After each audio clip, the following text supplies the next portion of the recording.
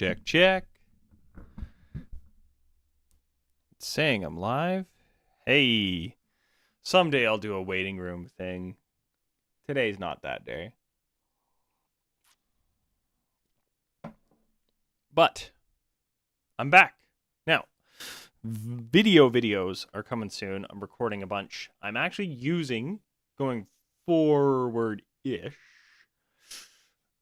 these lives and some of the post-live viewership numbers for certain topics to kind of figure out what my viewers would like to see, topics that interest them. So one that I am in the middle of recording, I'm on like take 30 because I really should just script the darn thing instead of going off the cuff, which is what makes these lives easier. But my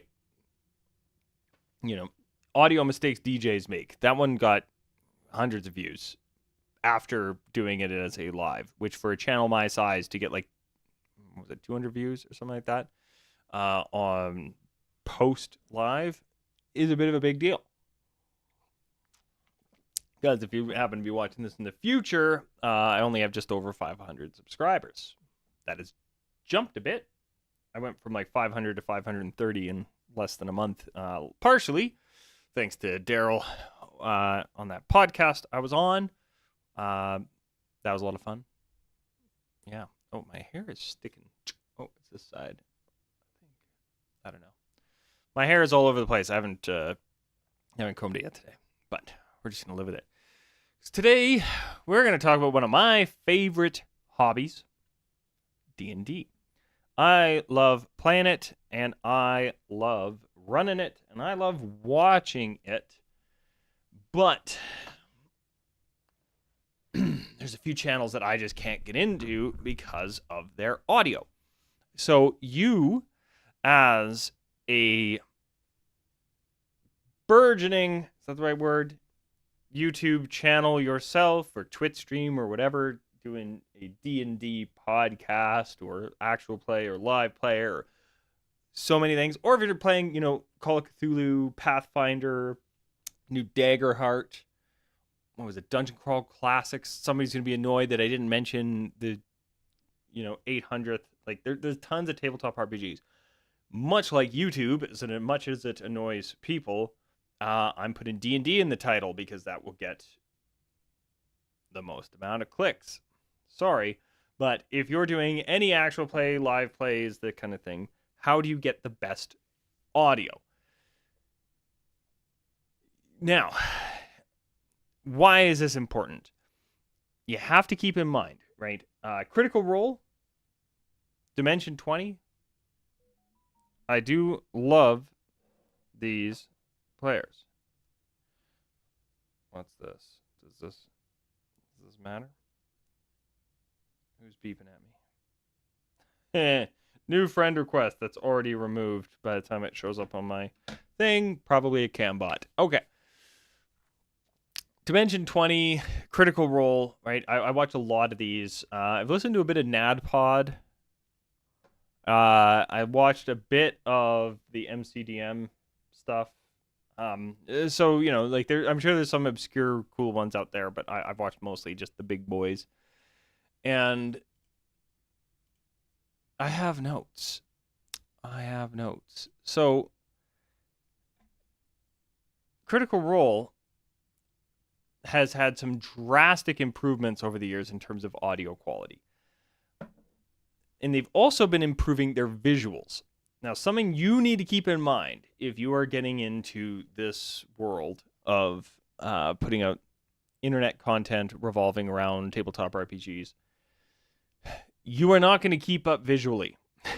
You do not have the disposable income available to make the level of production quality required to keep up with even Candela Obscura, right? I know they are actually doing way better than they were in terms of viewership numbers. I know a lot of people were saying like, oh, I can't believe this show is not dead yet.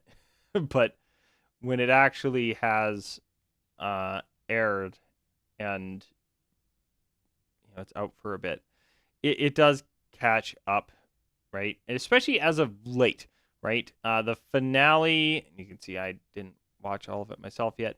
Of the last one, like 92,000 views, which for most channels would be really good. But we're looking at 82 in or 80 in one day for this one. So it's doing fine, but for reference sake, 692,000 views on the one shot they did, and like the latest Candle Obscura, the I'm surprised it's over here in live. They need to move it to video eventually, but 135,000 views, right? Like it's getting back up there. I digress.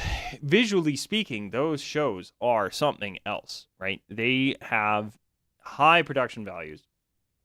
Audio-wise, they're fine. And I don't envy their audio department, but something you will almost always notice is any of their actually live episodes have had a step down in sound quality. So if you're planning on putting stuff out into the world, you have to decide, are you going to do live like I'm doing right now, or are you going to record it, edit it, send it out to the world? Because that is going to determine some aspects of what equipment you should use, how you should use it, etc. If you are doing the dice camera action style of we're all in a voice call, use Discord. As far as I can tell, Discord has some of the best audio, even though it's not the best audio. From a free standpoint, again, if you're not making money doing this, this is the way to go. Now, Dice Camera Action is one of those shows that I should have really loved. Jeremy Crawford, no, that's not Jeremy. This is Chris Perkins. I don't know why I was thinking Jeremy Crawford in this case. Chris Perkins, I believe, was like one of the, I don't know if he was the head of the Curse of Strahd, release when they put it out for 5e. But he had like a lot of involvement. I just can't remember exactly what all. He DM'd his own module essentially, right? I should have loved this, especially because Curse of Strahd is one of those environments. I've done a lot of reading on it. I've never read the actual book because I was supposed to be a player in a campaign on it, so I didn't want to spoil anything for myself. So I just basically read the history on it for some other stuff because I had some stuff of it show up in one of my campaigns. But honestly, I'm gonna unmute this. This is gonna not sound very good. All right. Make sure I can hear it. So, hey guys, you got your characters all whipped up. We're going to start this adventure. Right. We've got headset audio that's clipping. Okay. It's just not So good. your characters all This know each other. gentleman here, They know- Nate, I believe, is using like a proper mic on a. Looks like it's on a boom stand. Probably a nicer one than mine. But a lot of these folks are using headset mics. They're using.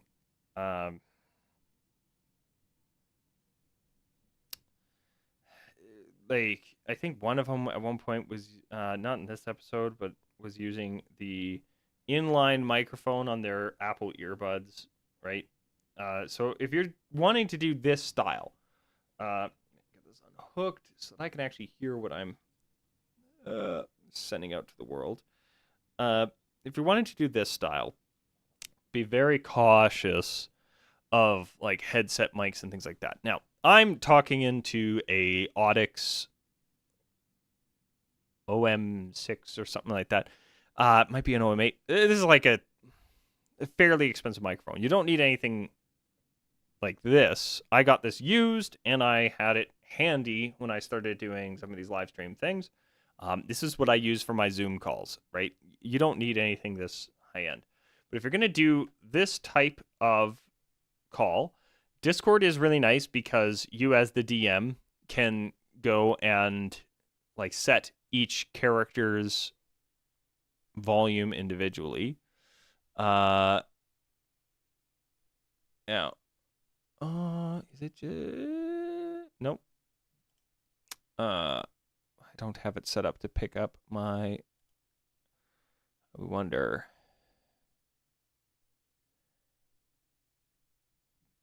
Video capture. Oh, that's just me. No. Oh, no. Okay. Cancel. I want window capture. That's what I need. Window capture. Window capture 6. Not Chrome.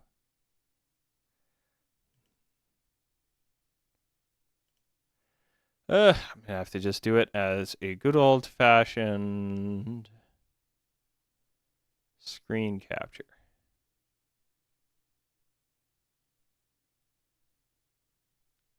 Where is... Yeah, display capture. And we're going to pick up this one over here. Hey, OBS. Welcome to the Abyss. But you look over here, and I have my desktop audio, and then I have my personal microphone. This setup will work well with Discord because then you can have your desktop audio picking up Discord.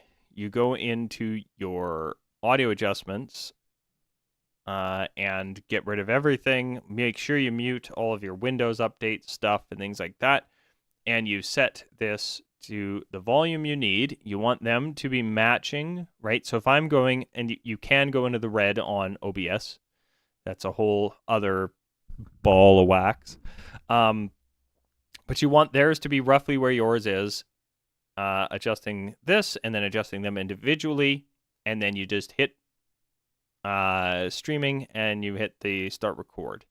That's the best way to do it. Now I'm going to get rid of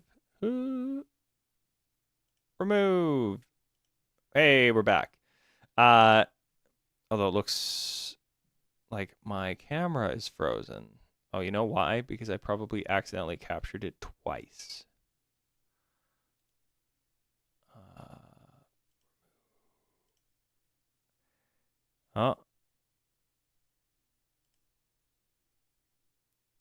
Device not currently available. I see.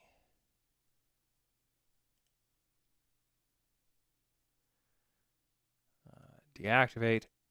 Activate. Hey, there I go.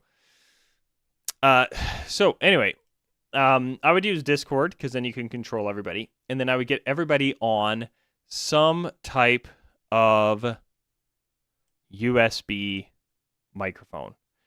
Now, there's a whole ton of options out there. And this is using Sweetwater. You can go on Amazon. Now, I run a small town music store. So if you buy something from this or from Amazon, I'm not doing any affiliate link stuff. The reason I point to Sweetwater is most of what they carry is going to be good. Where on Amazon, you've got to wade through a bunch of stuff. This Samson is probably a really good option for a variety of reasons that I'll get into in a moment. But what I would recommend, if you're new to this stuff, you want yourself a dynamic microphone and you want either USB or you want XLR into a audio interface or mixer. I don't recommend going with a condenser microphone. Now, condenser microphones, the looks can be a bit deceiving because sometimes condenser microphones look very similar to the dynamic microphone, right? But yeah, Blue. Let's look at Blue's stuff. Now, the good news is if you go with Blue Yeti or Blue Yeti, you're set. They all sound good. and it's a reputable company and has good sound, etc. This is what they call a side address microphone. I've seen so many people who talk into it like it's my mic here, and they talk into the top where I've kind of got my mouse cursor pointing. No, you talk into the side, into the front of it. So you talk into it in front of your face, not aimed at your face. So yeah, you wouldn't have it at this angle, for example. But this is a USB microphone. It just uses USB. And you can plug your headphones into it so you can hear yourself and you can hear everything through it. And it works. They're great. They sound good. The thing is, condenser microphones like this one pick up quite a bit of background noise. They're not as good at rejecting echoes in the room. With any of these, in any of these situations, do what I'm doing now. Put in some earbuds or put some headphones on. But this will pick up your room more. So if you've got a humming computer next to you, if you have a wall directly beside you like I do, you're going to get reflections off of that. You're going to get that annoying reverb kind of sound that's not quite what you want. You're going to get less of that out of a dynamic microphone. Now, my one of choice as of late, because of its price and it's one that I can get myself.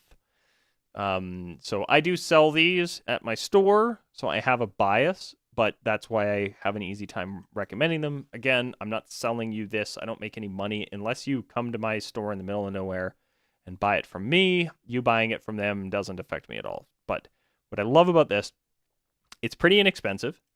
It is a dynamic microphone, and it is both USB and XLR.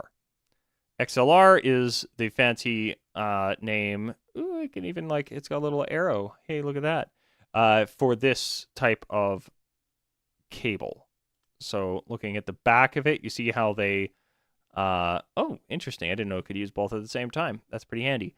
But you can send an XLR out to a mixer or a recording interface, and or you can send a USB to your computer. Perfect. That is going to be a huge step up from what we were hearing in Dice Camera Action here, where we've got these headset mics. Headset microphones, they work fine for gaming with your buds. Not recommended if you are going to be doing these type of actual plays, live plays, etc. But yeah, so this is a really good start if you are doing the everybody on a Zoom call. Okay, is get everybody on one of these, run it through Discord, set the volume, you're good. Now you can go in and do more, so I highly recommend in OBS setting up compression and or a limiter, because I've inadvertently peaked quite a few times on even this audio channel, just because OBS doesn't have the best audio settings. It's getting there. I highly recommend Reaper. They're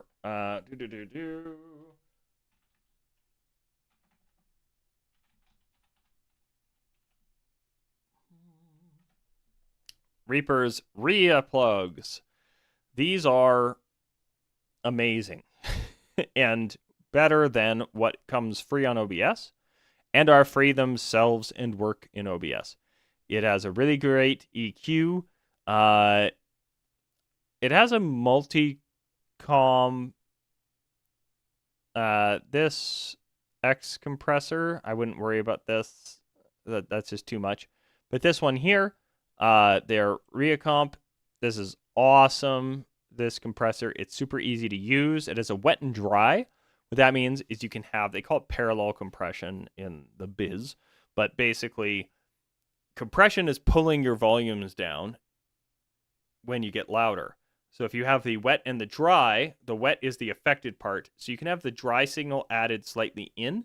So it gives an unedited version kind of layered inside of the edited version, and can make for a bit more of a natural sound. And yeah, for the most part, just set it to a preset. Ignore this detector input stuff that's a whole other thing. But you just set your attack and release, auto release, probably, because then you don't have to worry too much about it. But it just stuff like that can work really well. I don't know if this gate, their gate is amazing. It's like the easiest to use gate you'll ever use. And again, you can do a wet and dry. That is really important for a gate. What you don't want is a hard gate. And if somebody has noise and then they're talking and all of a sudden the noise goes and then it drops. And then the noise comes and then it drops, right? So if you're doing the online thing through OBS, highly recommend these. They're free, use them. And some good USB microphones. Now, if you're not using Zoom or Discord, you're doing the Dimension 20 or the Critical Role in the same room as each other, I'm going to recommend not doing what Critical Role does. I do not envy their sound technician. If you've ever seen some of the set footage, their microphone setup is amazing, but obnoxious. They have set up in the rafters above them, right? They've got trussing above them. All of their microphones aimed down to give an individual mic for each player. I believe for Matt, they have one off to the side that's just off camera. And then everybody else has microphones that are hung from the roof aimed down at them. And this works. It works way better than some of the early games. If you go back and you listen to old Critical Role, like Geek and Sundry age, when Geek and Sundry didn't even know what they were doing yet. They were working on it. Live streaming was still a really new thing in general. The audio was not great. There was a lot of aspects to their audio where it was serviceable. And that's all you could kind of say about it. They've had a few technical jumps as it's gone on. And you'll notice as of late, their audio has been way better. Because they haven't been doing it live. That's honestly the trick. It's to be able to mix that complex of audio that they have hanging from the rafters and stuff. To be able to do that properly. What they are likely doing is recording every channel separately in an audio interface into a DAW, digital audio workstation, and then adjusting everything afterwards so that when they send it out as a podcast or when they release it as the official video, it all sounds great. If you're doing it live, you don't have, you technically have that option if you route things, but live you have to just set it, hope it's working, adjust on the fly, etc. If you're going to be doing post-processing, you have a lot more leeway. You just basically need a good signal, and then you can go from there. Live, you have to be manually adjusting it as you go. Somebody starts talking really loud, somebody bumps the mic, somebody does something like that. Somebody gets real quiet. Live is a whole other ball of wax. And that's why if you go and you listen to Dimension 20, any of their live season, the audio is far worse. It just is. It's just harder to do live audio compared to record it and post it up later, which is what they did recently. So, yeah, when it comes to getting better and better sound, like I said, avoid doing what Critical Role does. Show the microphones. People are fine with it. People have been watching streamers now for quite a few years. They are okay with having the microphones in frame. Now, again, don't go condensers. Go with dynamic microphones. But we're going to want to go very much XLR at this point. What you need is a bunch of microphones, one for each player. Don't just set a mic in the middle of the room and hope it picks everything up correctly. That's not really how it works. It can work, but you lose your individual control. So what we do instead is we need a USB mixer of some kind. Now, there are the expensive ones here. Let us see. Where is their sort by price? Now, normally I say don't do this, but price high to low. Here's the reason I'm doing that. No offense, you're not making any money off of this for a long time if you ever do. It's just the nature of it. Now, we need at least, this is bare minimum here, in terms of we need at least 4 microphone inputs, assuming 1 DM, 3 players. If you have more than that, you're going to need something bigger, right? This is what I personally have at work. I like this mixer. It doesn't have enough inputs. We need, ideally, 6. That has 4, 2, 4, 4. Hey, this I think has, it looks, it's hard to tell on my current monitor with my light going, but I believe that has 6. So now these Behringer ones, I'm not a Behringer dealer. I cannot attest to the quality on them, but I know I had a mixer like this for years that just never died on me. I know I have had some Behringer equipment die on me. It just happens. They are made for mass production, not for repairs. So that's the only downside, really, I find with Behringer equipment is that they are a pain in the butt to repair because of how they are pieced together. But they have built a fairly good reputation in recent years. They used to be the cheap brand, and then everything got flooded with, like, you go on Amazon and you type this stuff in, you're going to find brands nobody's ever heard of. They are a mile ahead of a lot of those. But I would take usually a Samson, a Soundcraft, Yamaha. Yamaha mixers are my go-tos. I'm not a Yamaha dealer. I just like Yamaha mixers. I've started using more and more Soundcraft stuff since becoming a Soundcraft dealer because I really like their products as well. But Behringer is one you can't get at your local music store anymore, which is another reason why I'm like, at least here in North America. I think in Europe you still can. But this here has 4 microphone inputs. Now, it is a USB interfaced mixer. So we got USB here on the back. Now, do not be fooled. This is not an audio interface-ish. What these are is a stereo sound card. They take stereo in, stereo out. So usually what it is whatever your main here is set to is what your OBS is going to be getting. That's how they work. You don't get individual tracks. So mixers are what I would recommend if you're doing live. If you are doing live off the floor, we hit start streaming, get a mixer board, because then you have all of this stuff at the ready to adjust. Now, if you can swing it, spend the extra money on a bigger unit. We don't need the effects section. The EQ is nice, right? We're not going to be using, you can use a tad of reverb if you find your room is really dry, but I wouldn't bother. The big thing here is we have more microphone inputs, right? Yeah, 6 total. I don't know why my eyes are doing something funny. So we have 6 inputs. So if you have more people, cool. You also get compressors, right? This is why I really like the Samson stuff,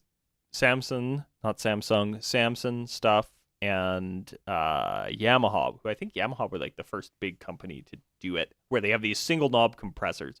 For live stuff, these are great, right? Then we do have things like our EQ, right? These are pretty important, especially if the mics aren't perfectly matched to do, right? Sometimes I get away with very little EQ on this microphone. I think I have a bit running. I haven't checked it in a while.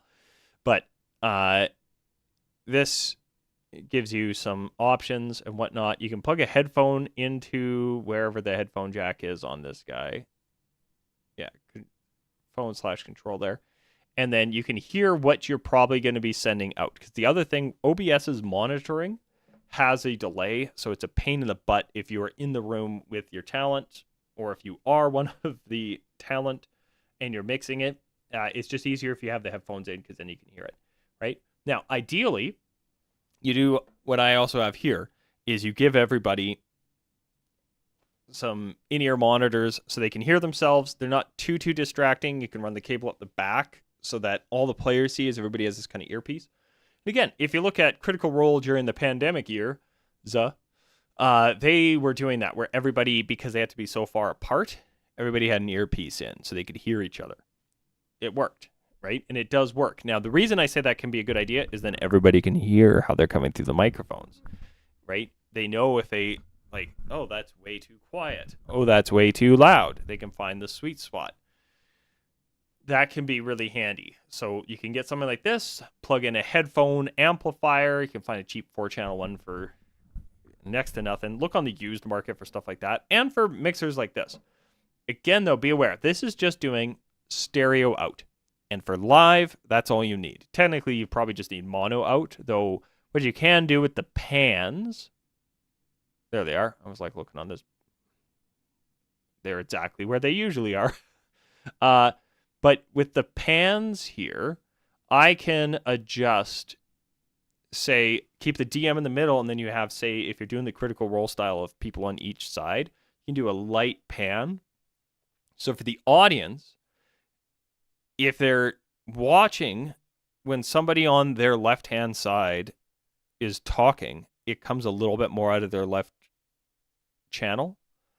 That can be a cool effect. You don't want to hard pan it, because then if somebody is listening with one earbud in, or if they, you know, there's a bunch of situations, you don't want it hard left and right. But yeah, that's what I would do if you're doing live. Now, if you're doing, I'm going to record everything and then I'm going to mix it later, I would do a audio interface.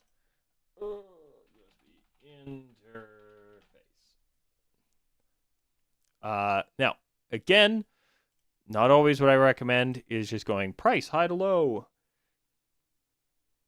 But for our purposes, we need our least expensive options, because I'm sorry, unless you get big enough to be Critical Role or Dimension 20, and like there's a lot of big names kind of coming into this scene as of late, you're not going to be making enough money to justify spending too much more than what I'm going to be pointing towards.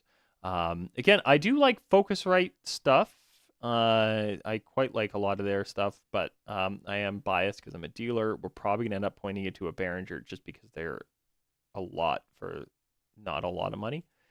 Probably this guy here is going to be on our short list. Again, check the used market.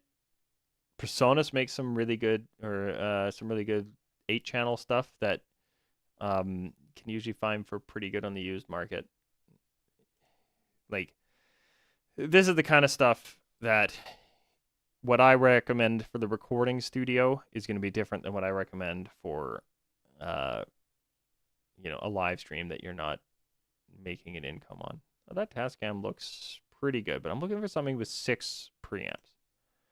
Ideally 5, but you're not going to find that. It's just going to jump from 4 to 6 to 8 to 12. They tend to stick to evens. That is actually the smallest. Interesting. So this guy, I'm going to click this so it's not fading in and out. This is a recording interface. Each of these in your DAW can be an individual channel. Now, it doesn't work that way in OBS, because OBS, unless they've changed it, I haven't adjusted my settings in a long while. Channel 1 and 2 are going to be a stereo pair. Channel 3 and 4 are going to be a stereo pair, so you don't have individual control in your software. They may have changed that. There's some workarounds. If you run it through Reaper and then you do Restream, which is one of the free plugins on the thing I recommended earlier,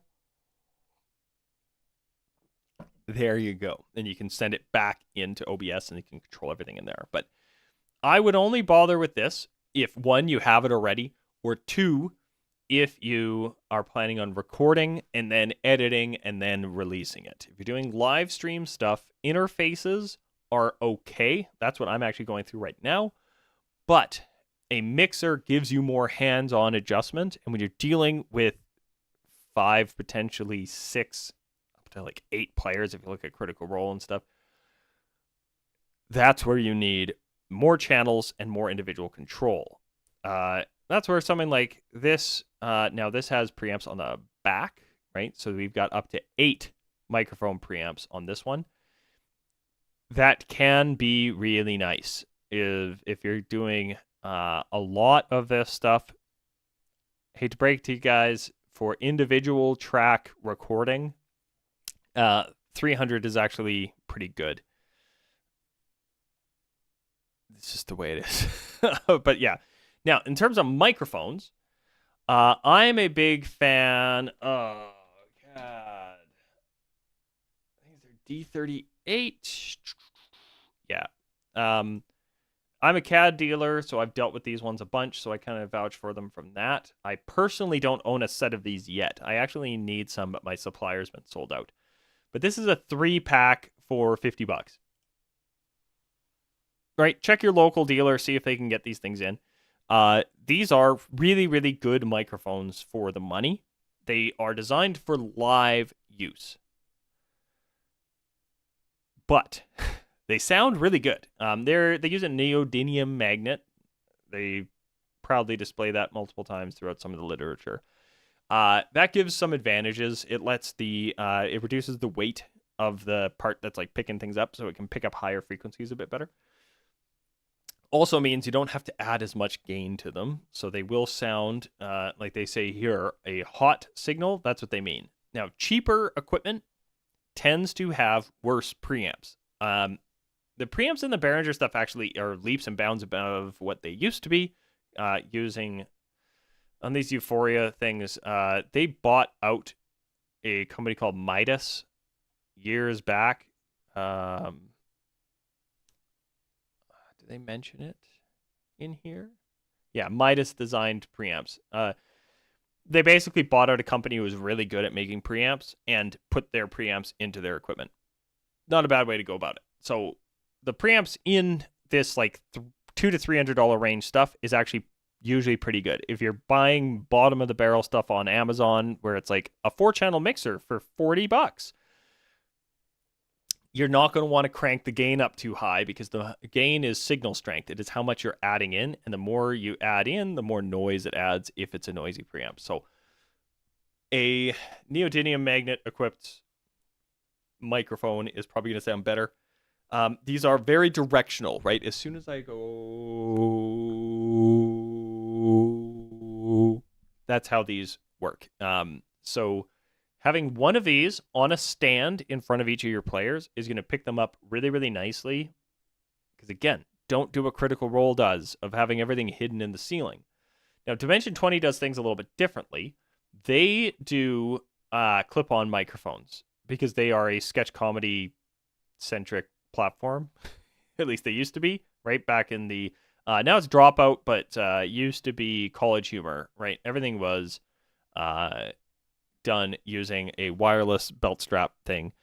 So that's really how they're equipped. They never did the live thing. That was never their setup. Everybody gets mic'd up. They have a production crew that can adjust everything, and they would usually record it and then send it out. That's why, honestly, Dimension 20's live episodes have the worst audio of anything that they've put out.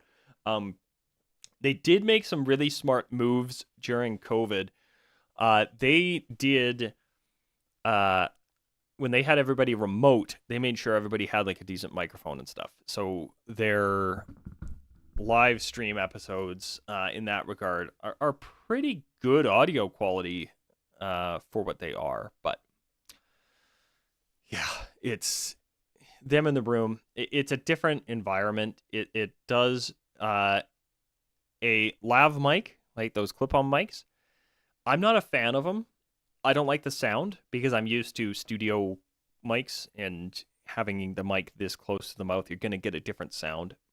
But you could go that route if you don't want people having to worry about where the microphone is. The problem is good lav mics are way more expensive than good stage and studio mics. This 3-pack for $50, these microphones will get you a better sound than a $100 lav mic per lav. It's just the nature of it. They will sound better, flat out. So if you're trying for better audio, these are largely what I would recommend. There are other options. Again, I would stick to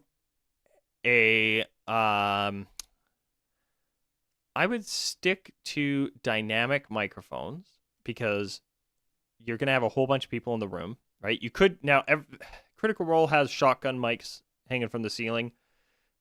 Don't bother with that. If you want to spend a bit more money, SM58s, especially if you find them, although careful, used market for SM58s is really weird. There should be unlimited SM58s available on the used market. At least in my area, I only buy SM58s used if they are from one of my local dealers who has them in stock from their rental department. Even though they've probably seen more use than if I go and buy them off of Marketplace or something, there's a lot of counterfeit Shure microphones out there. They make really good stuff. So if you want to spend a bit more, there's nothing wrong with going the Shure route.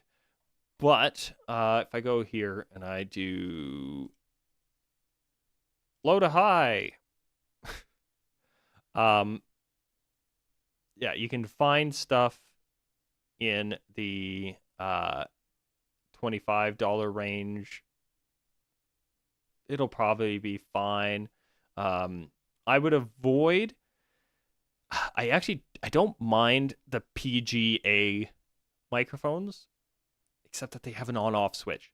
Don't get mics with on-off switches for these, okay? They have a purpose for live, I guess, but two things. One, inevitably somebody's going to accidentally turn their microphone off and then blame you, right? I just did a show last week, and it was a live event, and I had wireless microphones that you could mute on and off. And because of the nature of the event, the performers were doing that, but then one of them turned one of the microphones off, and I can see on my wireless thing that there is no antenna connected anymore, or the antenna is not picking up anything. It's not muted, it's just off, because there's a like a handshake so that they know each other are on. Mic's not working. I'm like, no, click it. No, click and hold. And then it took a second. So like, oh, okay, it's working now. You guys fixed it. And even it was funny. They had their own sound technician with them who was using my equipment with me there to help them if they needed it, which very easy gig. I think that and like one other adjustment I had to make, and everything else was them just handling it. I was basically there as somebody's assistant who had to, like, I was the roadie, but I was, also getting paid my usual rate. It was great. But yeah, even he was like, no, it wasn't the mic, it was you. And they're like, okay, whatever. So anyway, I would avoid anything with an on-off switch. Going too cheap, right? Some of these $15 things, I cannot vouch for them in any way. I have used the XM8500s. These are a staple for cheap but good microphones. I personally think I prefer the CAD ones these days from a sound quality perspective. But if you're after inexpensive microphones, yeah, these are great. These are essentially an SM58 clone. As such, they have a lower frequency range, or a smaller frequency range, I should say, because lower can mean lower. But they're still good. But yeah, I wouldn't I would take the CADs over it. Some of these type of mics, right? These Zoom podcasting mics. I know Rode does some that are really nice. These 3-packs from Samsung, that's another option. I don't like these ones. I don't like these ones from Behringer. I would go with if you're going to go Behringer, the XM8500s are way better. But yeah, you'll see SE makes super nice stuff. Audix makes really good stuff. You don't have to spend an arm and a leg, right? Condenser microphones are where the money is. They are they can be very expensive for a good one. If you go on Amazon, you type in condenser microphone and you find one for, oh yeah, there's one very similar to what I'm using, although I'm using a couple steps up from it. I'm in Canadian dollars when I talk about my microphones pricing. I don't actually know how much they sell for in the States. But yeah, like there's so many options. Like I have one of these. Mine doesn't have the eye. I think this is a later rendition of it. I quite like that mic. Right, there's a ton of options in the $100 range. Tons of options in the $100 range. But if you're looking for an inexpensive option, like I said, I just need to get a pack of these in again. Every time I bring them in, I sell them. I don't have a chance to test them fully myself. I sold a bunch of them to a local school, and they love them. Of just sweet, a whole bunch of microphones. They're all metal construction. Don't get a plastic bodied microphone for the love of everything that you hold dear. Just, yeah. They come in a nice case. I've seen cases like this sell for $30. So I don't know how they do it, to be perfectly honest, because they feel good in the hands. They feel like a solidly built microphone. They sound good. They have like I said, very strong pickup. I am biased. I'm a CAD dealer, but if I was outfitting a podcast and didn't have the mics I have now, which I might be doing some podcast stuff at my recording studio in the near future, so I may need to pick some of these up anyway, I would just go with these and just put one of them in front of each person, put a pop filter on like I have here. Makes it a bit more of a mushroomy kind of thing, which is fine, right? If you ever watch Pod Save America, I'm one of those people who do. Sure, some people know what I mean. But when they have remote episodes where somebody isn't in the room with everybody else, like in the room, they're all using SM7Bs, if my memory serves. When they're out remotely, they're using Sennheisers with a pop filter on like this, and it sounds good, right? Because again, audio first. Video-wise, we can talk about that a little bit if you want. But summary, because I've been at this for a while. We're at like almost, not quite an hour. But yeah, if you're doing the remote, everybody's in separate rooms, potentially separate cities, USB microphones. Hey, these guys. Now, I love these ones because they can do both USB and XLR. So if somebody does upgrade later and they add a mixer board or whatever, they don't have to buy a new microphone. So that's handy. And not an arm and a leg. This is going to be miles above headset mics or like, their Apple EarPod or whatever they're called, or I think are they EarPods? I can't remember. The mics and stuff built into those. This is going to be just way, way, way better, and it's not too expensive. You could go even like a $20 or $30 USB mic is going to be better than a headset microphone because you can decide how far away it is. It's just going to sound better.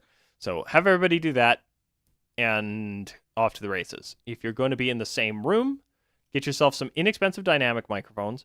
Don't do the Critical Role thing of hiding them. Nobody actually cares. Anybody who does is, I don't know. I just don't know what to tell you. Your players might. That's where the lav mics come in, but those are very, very expensive, and I wouldn't recommend them for live. They're okay for recording and then editing, because then you can make sure, like, because there's a lot of potential phasing stuff and making sure like other stuff is muted at the same time that lav is, but then you don't want to miss anything if it's alive. It's a mess. So I'm a much bigger fan of dynamic microphones. Have them aimed, like, you don't have them on fancy stands like this. You can, well, this isn't even all that fancy of a stand. This was like a $20 boom. I've got some nicer ones somewhere. I just haven't upgraded my own rig for it yet. A stand like this would do just fine. You can even get ones that bolt into your table rather than sitting atop your table. Have one of these aimed at everybody. Plug those into either, ideally for live, a USB mixer board, or if you're going to record it and then put it up later, a audio interface, right? That is what you need. Now, video-wise, again, you're not going to keep up with someone like Critical Role and stuff, but I do want to briefly talk about video. Webcam is fine, especially if everybody is webcammed up for like the, the Zoom call style or Discord, that kind of thing. That said, you can use a DSLR. You can run them into like a capture card. Ideally, if you have a capture card that can do more than one channel, so you can switch between, say, two cameras. And then you'll want a camera for that has a clean HDMI out. What that means is the HDMI out on the camera doesn't have the info. So oftentimes when you run HDMI out on an older camera, they assumed you're just running this into a monitor. You're running this into a screen. You don't want to look at the smaller screen that's on the back of your camera, so you're running into a bigger screen that's off board. Newer cameras now assume you might be using this for live streaming. So they build in a HDMI output that can be clean. It doesn't have any of that info on it. You get closer to the actual recorded video camera. If you're editing it after the fact, just hit record on the camera. Don't worry about capture cards and junk like that. But if you're doing it live, you could also do the Canon webcam utility. If you go cameras, Canon cameras, is actually really cool. You can do more than one camera running into the software. I have this muted.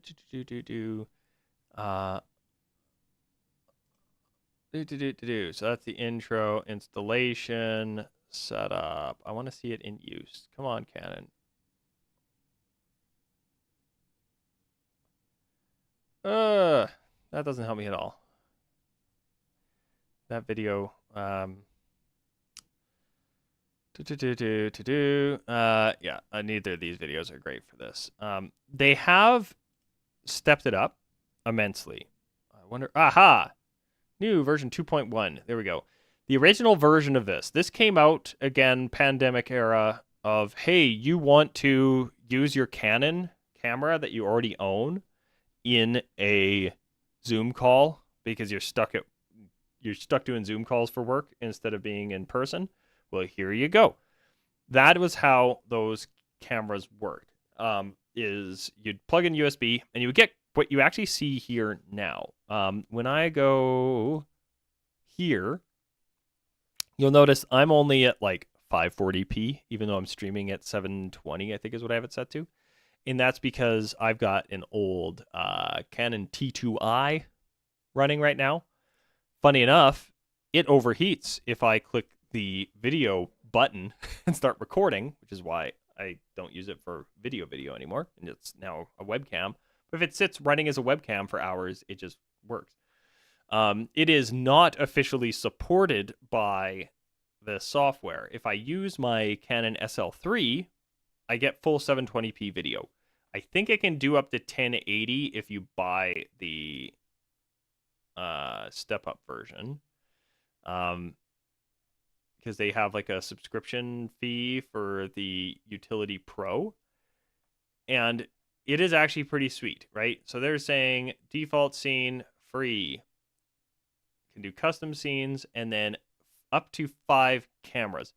So this is an inexpensive option to do camera switching, right? So if you have, again, that Critical Role style of having player cameras and having the DM and being able to switch between them, or having multiple signals coming from the cameras. And this is where capture cards can be really nice, right? If you only need 2, honestly, get a cheap capture card, run one camera in it, and then run the other one on the Canon webcam utility, because you get one for free on it.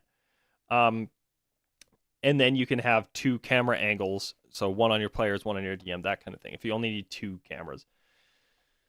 But yeah, HDMI out. Now, if you want to get real pro with it, what was it?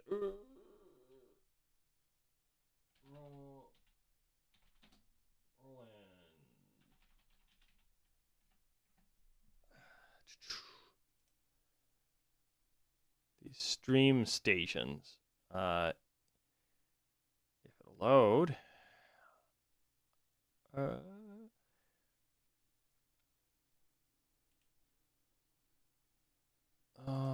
Arrowcaster? Maybe it was this guy. So Roland has a few options in this kind of range. And the big thing I like about their latest one that they just announced at NAMM is streaming switchers. Yes. You don't need the full bore stuff that you will see on like a pro level thing, but they have some of these. This one's really, that's fascinating. Yeah, this is when you're getting into production level. Like, this stuff like this is very expensive. I was hoping for a there was one I saw recently. Hey, there we go. Stuff like these that are fairly inexpensive. They have audio in, and they have multiple HDMI inputs and then HDMI out. These can work really well for not as much money as something like those big ones that have this installed screen and things like that. There was one that was released at NAMM 2024.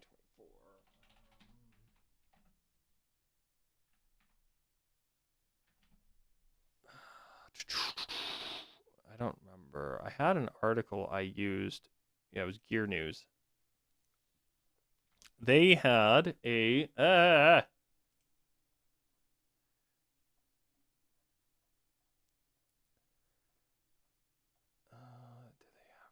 I miss it?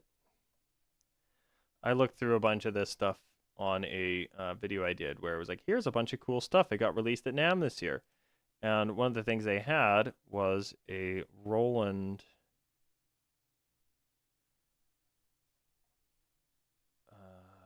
really, like, at first I was like, why is Roland putting this? Oh, that's why. Where it was a video and audio switcher kind of built into one, which is sweet.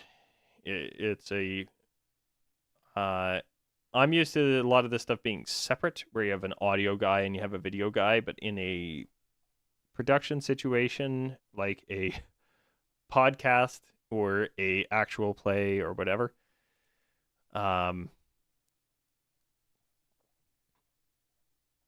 these can be really handy. Oh, right, here we go. Bridgecast X. This intrigued the crap out of me. At first I was like, why would you ever want this? Now, it only has one mic, but it also has an aux in.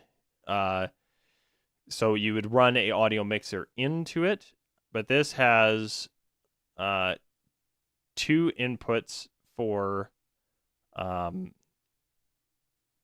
mic inputs, has control pads.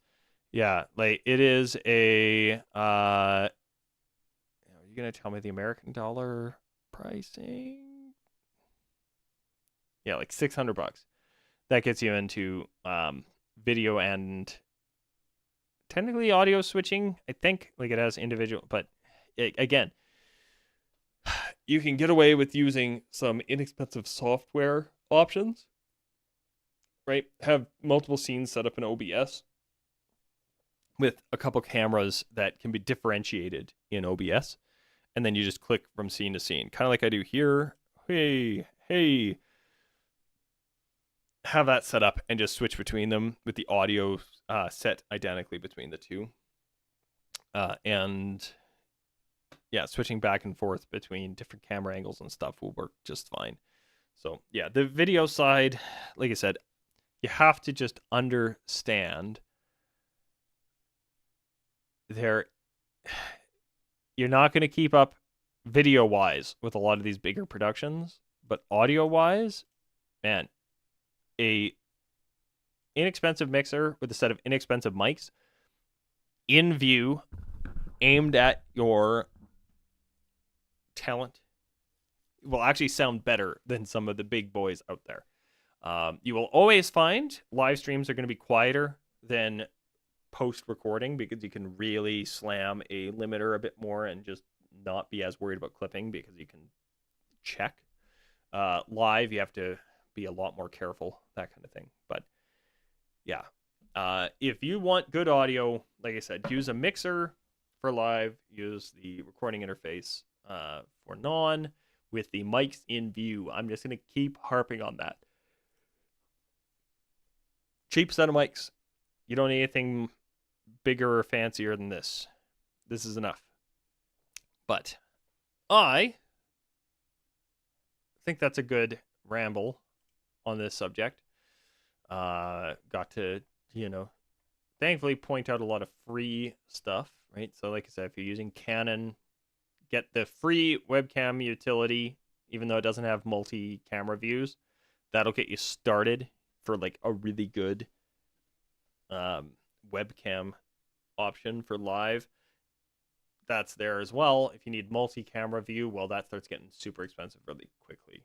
Yeah, like even this one here as a probably fairly inexpensive option compared to some of the stuff out there.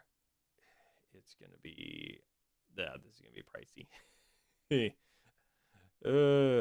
I say fairly inexpensive, but like, do they have a where to buy button? I'm just curious. Yeah, they do. Does this link me directly? Oh, no, it's just find a dealer. V1 HD. What happens when I cut V? Yeah. Here in Canada, that's like a $900, like 8 to 9. Oh, $750. That's not bad. I wonder if that's used. What's on sale? That's what's up. So yeah, regular $850 Canadian. And that's if you want to do video switching from a few different options. And again, you then need cameras that have that clean HDMI. So video wise, yeah, I would stick to I would stick to just doing multiple camera angles through OBS. But something like the Aerocaster here, like these things are pretty sweet for what they are, right? We got 2 microphone inputs. Do they have, does this one do video switching? Yeah, video scene selection. So I think I have a suspicion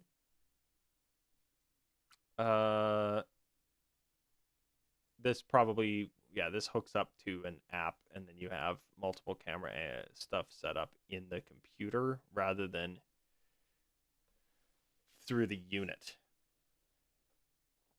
which is cool. Like Roland is coming out with some really neat stuff, but again, this only has 2 microphone inputs. So you're gonna have to run a mixer separately anyway. I know with the stream, what is it? The Stream Deck, not the Steam Deck, but the Stream Deck. You can assign the buttons on that to switch scenes and stuff for you, so that can be really cool. I think you can do it with pretty much any MIDI controller. But there's a few different ways to like switch between scenes and stuff. So if you want it to be easier to control rather than keyboard and mouse, which to me, easy. To me is the easiest, but might not be for you. Yeah. So, yeah, that's kind of everything. Like I said, I always recommend ignore this video stuff. Focus on your audio. I really like Canon cameras for live stream video stuff because they don't, in my opinion, they don't need as much of a color correction after the fact, but your mileage may vary, and they're all good. There's no real bad options when it comes to camera companies these days. Similar to audio, you just have to go with a reputable one. Don't go on Amazon and I've never heard of this camera company, but I'm sure it's good. No, don't do it. But audio-wise, like I said, even this Behringer stuff that used to be, there was a time where this mixer was like the entry-level mixer. There was nothing cheaper than it. There is stuff cheaper than it now, but I don't recommend it. But I'm going to have some more coffee. I'm going to have a late lunch. And I will see you next time. There, hopefully, like I said, some videos coming. I'm going to keep the live streams up on hopefully Mondays going forward, just to, keep it up. Keep putting out something every week. But videos are taking a back seat to a lot of gigs, which is good. But it makes it difficult. Plus, I've been playing a lot of D&D in my actual free time. So there's that. But I'm done rambling.